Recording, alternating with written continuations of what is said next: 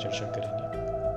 वो विषय है कि ये हैबिट्स ये बनती कैसे हैं, इनके पीछे वो क्या सूक्ष्म कारण हैं जिसके आधार पर इन हैबिट्स का निर्माण होता है। वाकई में अगर देखा जाए तो हमारे शरीर की जो भी गतिविधियां हैं वो हमारे मन की आंतरिक स्थिति का एक रिफ्लेक्शन है, प्रभाव है। तो यही स्थिति जब धीरे धीरे आगे बढ़ती है और बार बार होने लगती है तो वो हैबिट्स का फॉर्म लेती है।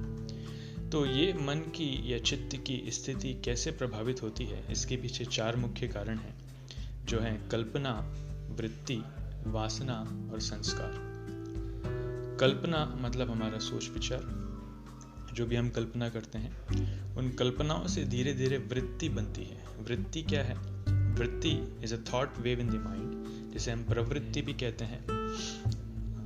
मानसिक वृत्ति, शारीरिक वृत्ति, ये सारी चीजें वहां से बनती हैं और ये वृत्तियां धीरे धीरे वासनाओं को जन्म देती हैं। जिसकी जैसी वृत्ति है या प्रवृत्ति है उसके हृदय में उसी प्रकार की वासनाएं आएंगी और ये वासनाएं धीरे धीरे संस्कारों को जन्म देती हैं। उसके संस्कार वैसे होते जाएंगे और व्यक्ति उसी प्रकार की गतिविधियां करता जाएगा। तो ये कल्पना या फिर ये वृत्ति, वासना, संस्कार, ये सारी चीजों को प्रभावित करने के पीछे कौन से मुख्य कारण है वो जानना बहुत जरूरी है।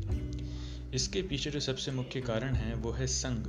हमने पहले सेशन में भी चर्चा किया था संग के बारे में। तो संग सिर्फ व्यक्तियों का ही नहीं, संग बहुत सारी चीजों का हो सकता है। हम हमारे मन को किस प्रकार की इनपुट्स दे रहे हैं।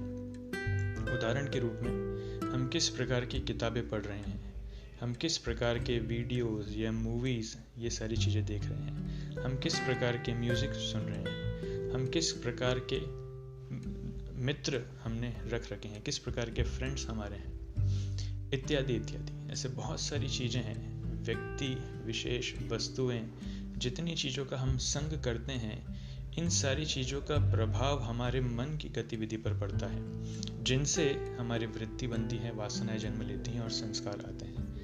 तो एक प्रिंसिपल है जिसे कहते हैं गीगो प्रिंसिपल, जिसका मतलब है गार्बेज इन गार्बेज आउट या फिर गुड इन गुड आउट। अगर हम हमारी चेतना में उसको कुछ गलत इनपुट देंगे, कचरा देंगे, तो बाहर भी कचरा ही निकलेगा। और अगर हम हमारी चेतना में हम अच्छी चीज़ों को डालेंगे तो बाहर भी, शरीर के बाहर भी अच्छी चीज़ें निकलेंगी। हमारा बोलना चलना अच्छा होगा, लोगों से व्यवहार करना अच्छा होगा, सोच विचार अच्छे होंगे, वृत्तियाँ अच्छी होंगी। और अगर बुरे इनपुट्स हम हमारी चेतना को देंगे तो ये सारी चीज़ें बुरी होंगी।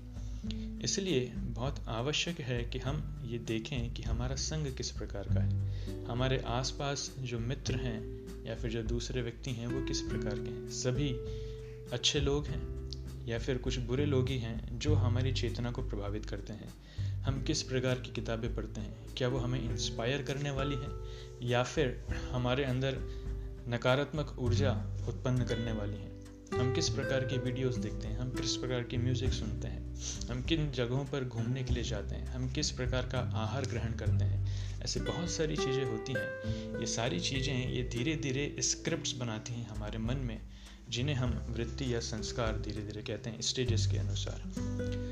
तो अगर कोई अपनी हैबिट्स को रिफॉर्म करना चाहता है तो बहुत ज़रूरी है कि हमें जड़ तक जाना चाहिए। वो जड़ क्या है कि हम जहाँ जहाँ से हमारे मन को प्रभावित करने वाली चीज़ें हैं उनको सुधारते जाएं। गलत चीज़ों की अपेक्षा अच्छी चीज़ों को हम उसमें लाते जाएं और गलत चीज़ों को वहाँ से निकालते जाएं। इन सारी चीज़ों से धीरे धीरे हमारे हृदय से वो गलत संस्कार जो बन चुके हैं वो सारे जाएंगे और अच्छे संस्कार आएंगे। तब हैबिट्स को निकालना, जड़ से निकालना आसान होता जाएगा। तो अगर हम अच्छे संस्कार उसमें देना चाहते हैं तो हमें अच्छी किताबें पढ़नी होगी, जैसे भगवत गीता है, श्रीमद् भागवत है, धार्मिक ग्रंथ हैं और मोटिवेशनल बुक्स हैं। मूवीज़ अगर हम देखना चाहते हैं, वीडियोस हम देखना चाहते हैं तो हमें इंस्पायरिंग अच्छे वीडियोस देखना होंगे। लाइफ हिस्ट्रीज हम देखें, बायोग्राफीज हम देखें, ऑटोबायोग्राफीज हम देखें, स्पिरिचुअल चीज़ें हम देखें, दे आर हाईली इंस्पायरिंग। उसी प्रकार से म्यूज़िक है तो म्यूज़िक बहुत अच्छा शांत म्यूज़िक होना चाहिए जिसमें हृदय को एक आनंद मिले। उत्तेजना करने वाला म्यूज़िक नहीं या फिर किसी को निराश करने वाले म्यूज़िक नहीं होना चाहिए। उसी प्रकार से जो हमारे मित्र होने चाहिए या फिर जो हमारा संग होना चाहिए वो भी ऐसा होना चाहिए जो हमें सही मार्गदर्शन दे और जीवन में आगे लेकर जाए, ना तो हमें गलत मार्गदर्शन दे करके जीवन में हमें हमारा नुकसान करवाना चाहे या फिर नीचे गिराना चाहे।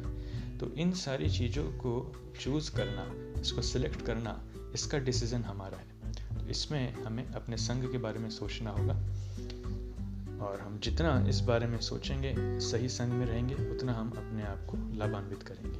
हरे कृष्णा, धन्यवाद।